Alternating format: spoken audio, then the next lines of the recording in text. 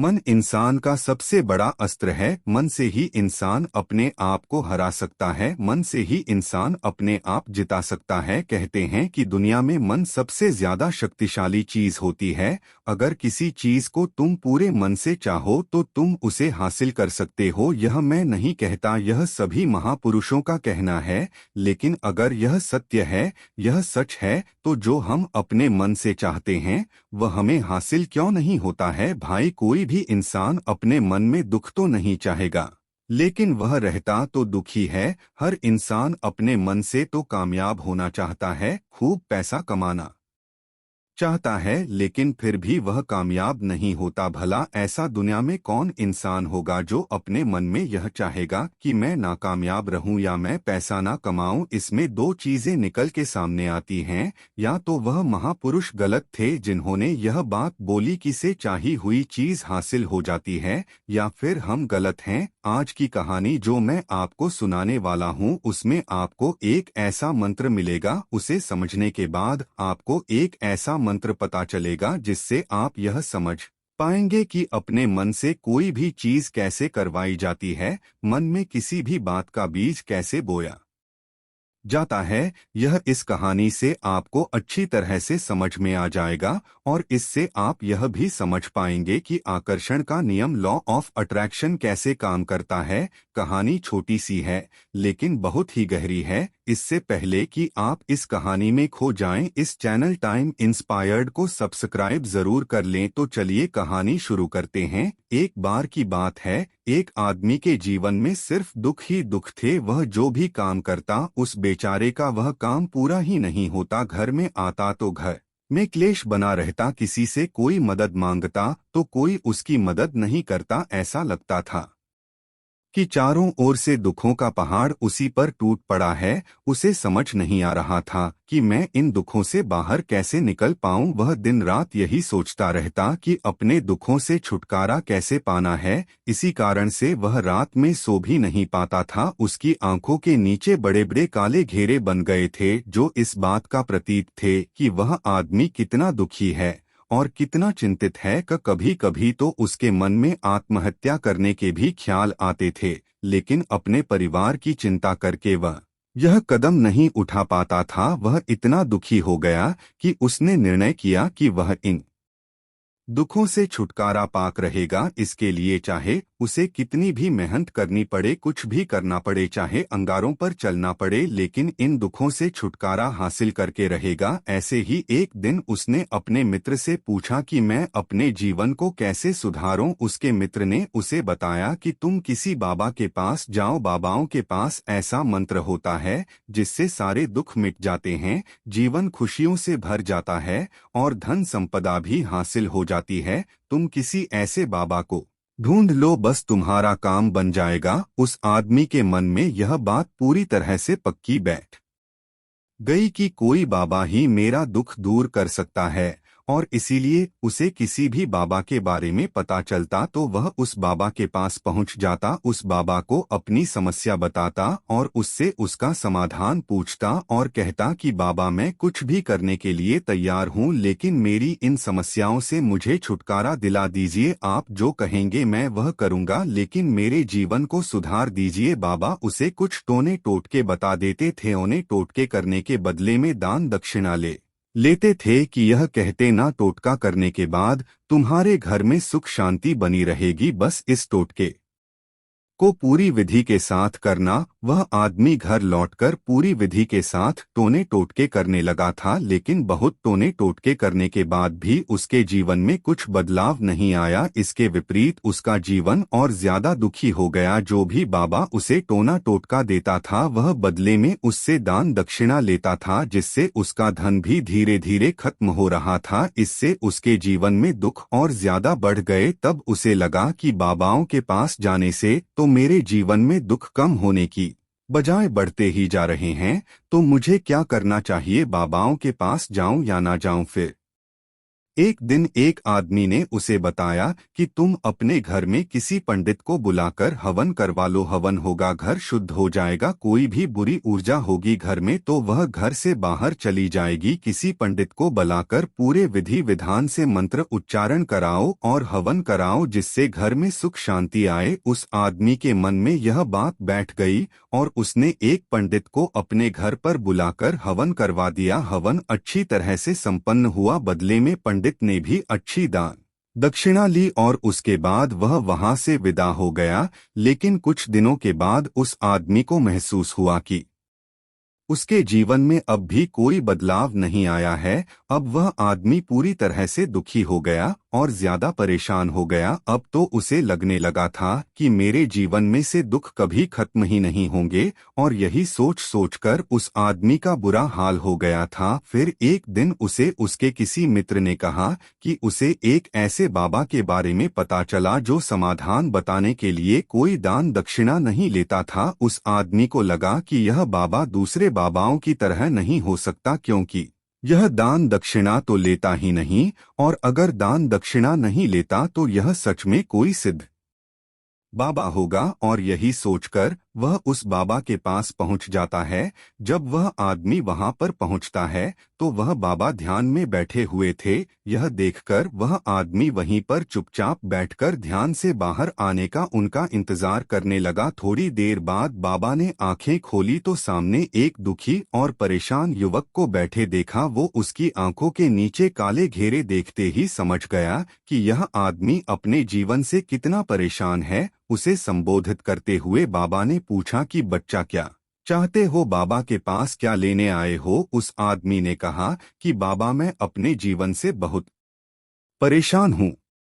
मैंने इन दुखों को दूर करने के लिए बहुत सारे रास्ते अपनाए, हर वह तरकीब करके देखिए जो किसी बाबाओं ने मुझे बताई, हर वह काम किया जो किसी भी इंसान ने मुझसे करने को कहा, लेकिन मेरे जीवन में दुखों में कोई कमी नहीं आई। बाबा इसके विपरीत मेरे जीवन में दुखों में बढ़ोतरी हो गई। मुझे समझ नहीं आ रहा है कि मैं क्या करूं। कभी कभी तो मैं आत्महत्या करने की सोचता हूं, लेकिन अपने परिवार की सोचकर मैं यह कदम नहीं उठा पाता। मैंने आपके बारे में बहुत सुना है बाबा और मैं बहुत उम्मीद के साथ आपके पास आया हूँ। कृपया करके मुझे कोई ऐसा मार्ग बताएं जिससे मुझे अपने दुखों से छुटकारा मिल जाए। मैं अपने दुखों से छुटकारा पाने के लिए कुछ भी करने को तैयार हूँ। आप मुझे कोई भी रास्ता बताएंगे, चाहे वह रास्ता कितना भी कठिन क्यों ना हो, मैं उसको पार करके रहूंगा। बाबा ने महसूस किया कि आदमी तो सच में बहुत परेशान है। बाबा ने उसकी बात सुनकर कहा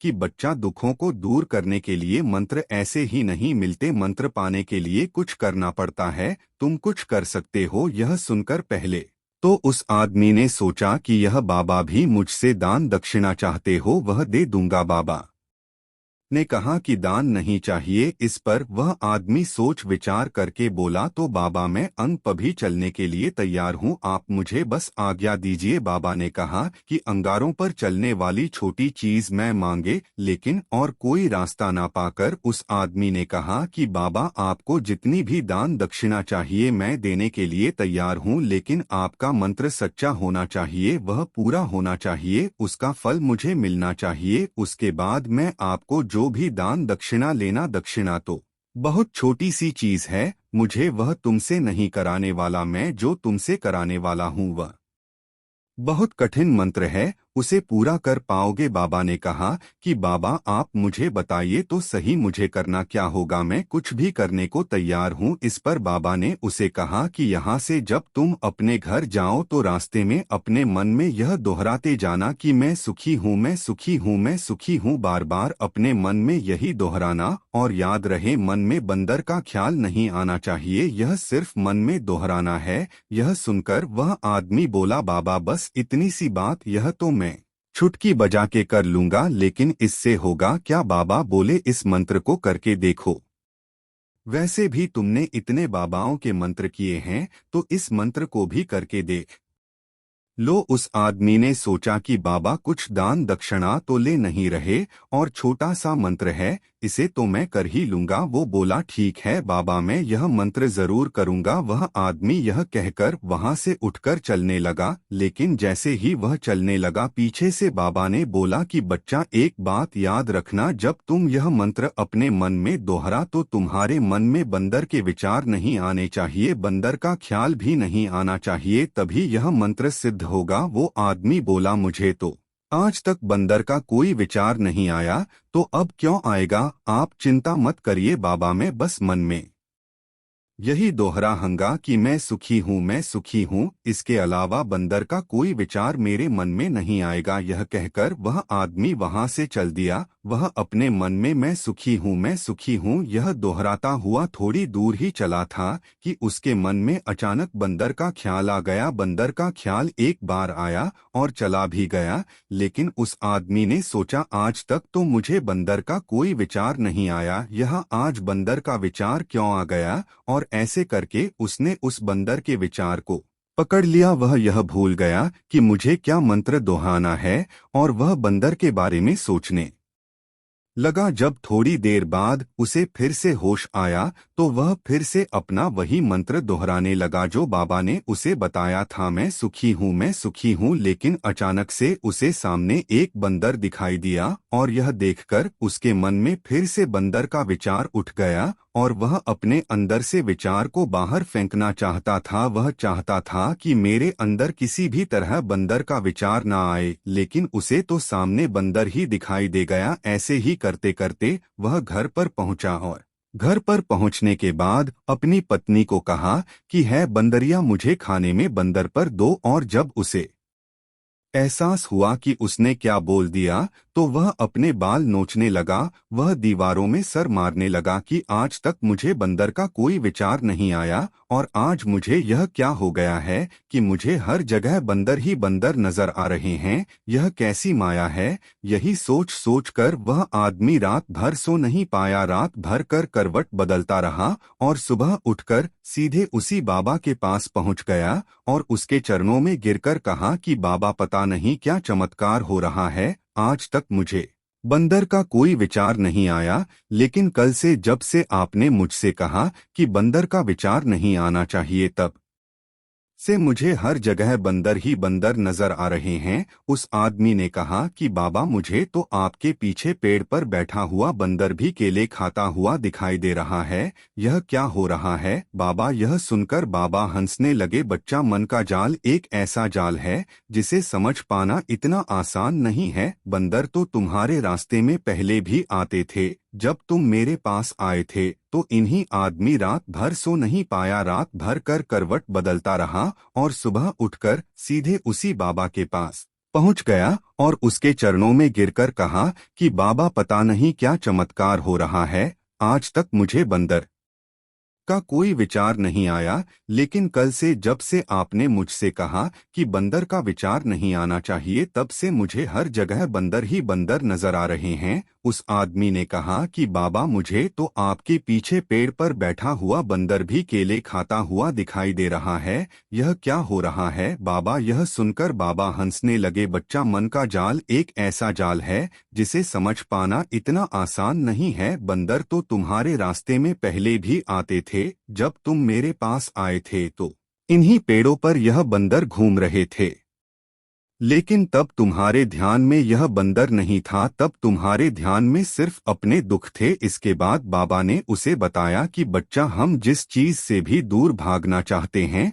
वही चीज हमारे मन में बहुत गहरे में प्रविष्ट हो जाती है, वह हमारे मन में समा जाती है। असल में हम जिस चीज से भी छुटकारा पाना चाहते हैं उससे छुटकारा इसीलिए पाना चाहते हैं कि वह हमारे साथ बहुत गहरे से जुड़ाई हुई है, और हम जितना ही उससे छुटकारा पाना चाहते हैं वह उतनी ही गहरी हमारे मन में बैठती चली जाती है और आखिरकार वह हमारे अंतर मन में छा जाती है। ऊपर से तो हम चाहते हैं सुखी होना कि मैं सुखी हूँ, सुखी में सोचना ही छोड़ दोगे, उन दुखों से छुटकारा ही नहीं पाना चाहोगे, उसी दिन से तुम्हारी जिंदगी से दुख गायब हो जाएंगे। क्योंकि किसी भी चीज से छुटकारा पाने के लिए हमें उस चीज के बारे में सोचना पड़ता है और हम जितना ही उस चीज के बारे में सोचते हैं अपनी ही गहरी हमारे मन में प्रविष्ट होती चली जाती है। हम अधिकतर समय दुखों के बारे में ही सोचते हैं। हम यही सोचते हैं कि हमारे जीवन में दुख